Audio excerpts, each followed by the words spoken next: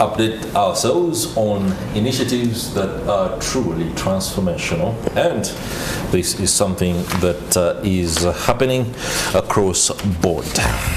Well, today we have what I see as the Rising Woman Initiative, that is the 7th edition. In April, the Rising Woman Initiative 7th edition was launched, an initiative that provides an avenue to work with diverse women to turn business ideas into reality and act as agents of change in their communities whilst addressing their ever-growing challenges. Here to walk us through this is a honcho from the DFCU, and that is none other than the head of Women in Business, Doreen Atuheire. Many thanks for joining us this morning. Thank you. Good morning. All right. Tell us about the DFCU Rising Women Initiative and exactly how it is primed to anchor women into the fold of business. Thank you. Good morning, viewers. So the DFCU Rising Woman Initiative is something that we started in partnership with Monitor Publications in 2018. Wow. It has been running for about 7 years. This is the 7th edition, like you mentioned. Yeah. So it aims at skilling women entrepreneurs in the country, and we do this by training them, connecting them to different networks, attaching them to mentors, and helping them scale their businesses. So yeah, that's what DFCU Women Initiative is all about. It's all about. Now, you speak about the fact that this is a partnership, and I'm glad to hear that Nation Media Group through the Daily Monitor is fully on board. But let's talk about the years that you have run the initiative, and what could you say or present as a scorecard as we look forward to the 7th edition? We've had an opportunity of training over 60,000 women over the years. We've also, one of the things that we do as the DFCU Rising Women Initiative is invite the ladies to participate in proposal writing.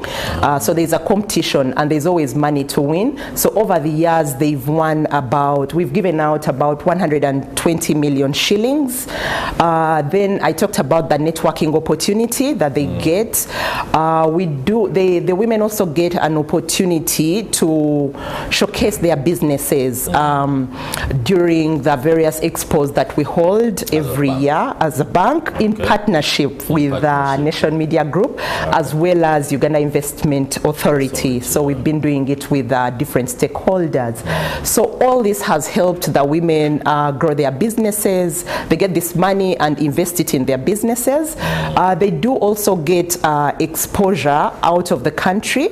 We do take them for study tours, which they engage in, and of course pick up all this knowledge and come and again put it back into their businesses. They've created employment opportunities because the businesses have grown. Through the trainings, the women have been able to register their businesses, formalize their businesses. So we've seen really critical. Yes, very critical in the entrepreneurship world. So we've seen a lot of growth for the women entrepreneurs in the country.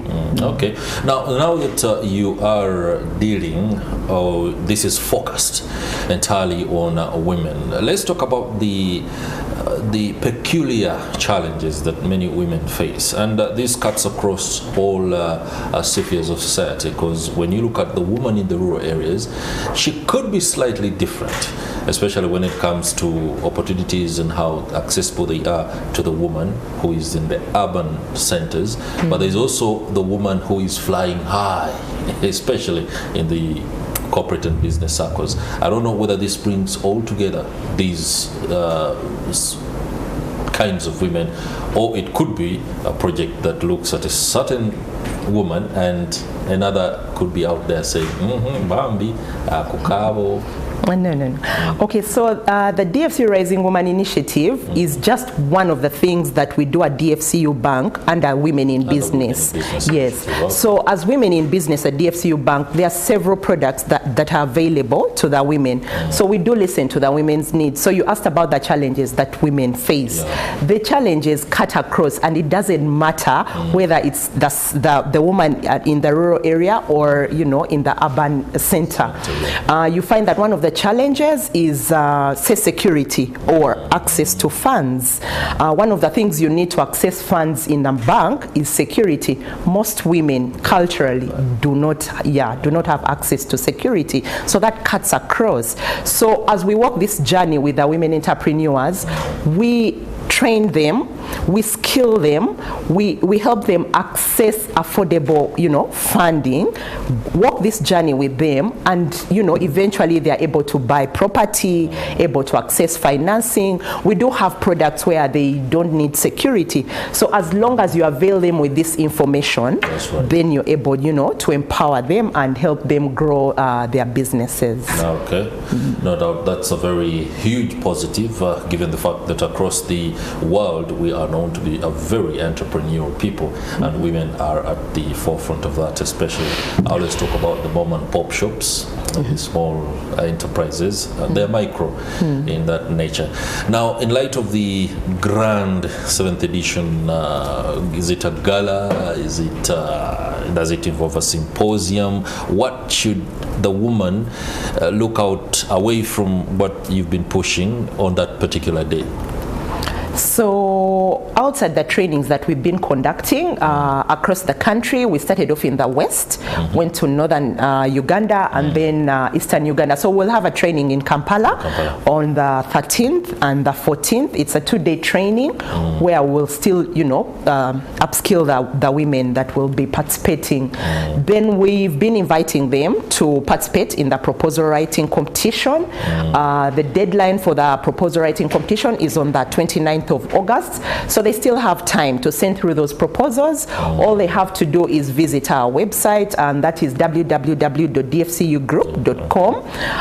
Download the page that shows the guidelines to the proposal writing, then send through, you know, the proposals to us. The proposals can also be dropped at our branches. We have 56 branches across the country, or they can be sent to any of the monitor publication bureaus across the country. We will receive them. For you to qualify in the proposal writing, for you to qualify in the proposal writing, you must, of course, own a business, and it must be registered in Uganda. Then ownership of the business, you must have, because you see, the business must be registered, but also there are businesses that are probably registered like limited entities. So the women must have more than 50% ownership of the business, because DFCU Rising Woman is about empowering the woman entrepreneur.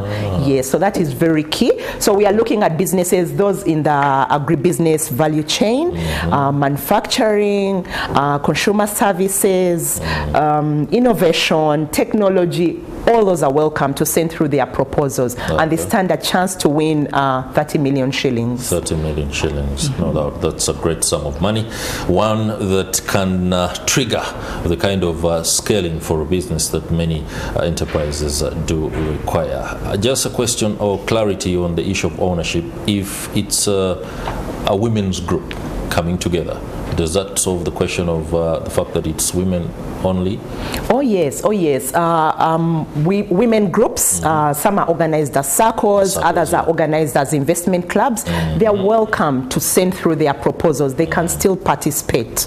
Yeah, as long as they are organized and registered and have been in existence for at least 6 months. At least 6 months. They can send through their proposals. Not 1 year, 2 or 3. 1 year, 2 years, but not just a week, not just a week. Yes. Yeah, there is a tendency for many Ugandans, after realizing there is an opportunity coming through, they quickly go through the registration processes, and they become formal in order to qualify for this particular one. As we enter the final bend of this interview, I would call on you to say your last words and basically re-echo any aspect that might have missed.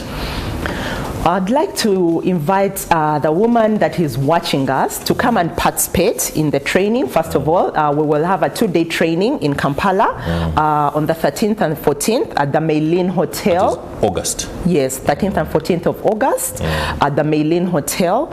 Then we will have an expo. All this information will be available on our socials as well as Monitor Publications and Nation Media Group. That's right. You know, so look out for that information. We will have an expo, again a 2-day expo where they will come in, participate and showcase their products and services. Please send through those proposals and stand a chance to win 30 million shillings. All right, thank you very much, Doreen Atuheire Kabachala, Head Women in Business at DFCU Bank, for sharing what is no doubt a very, very transformational initiative that is being undertaken by DFCU Bank. Kudos, and that will do it for this business update. However, let's go on ground to my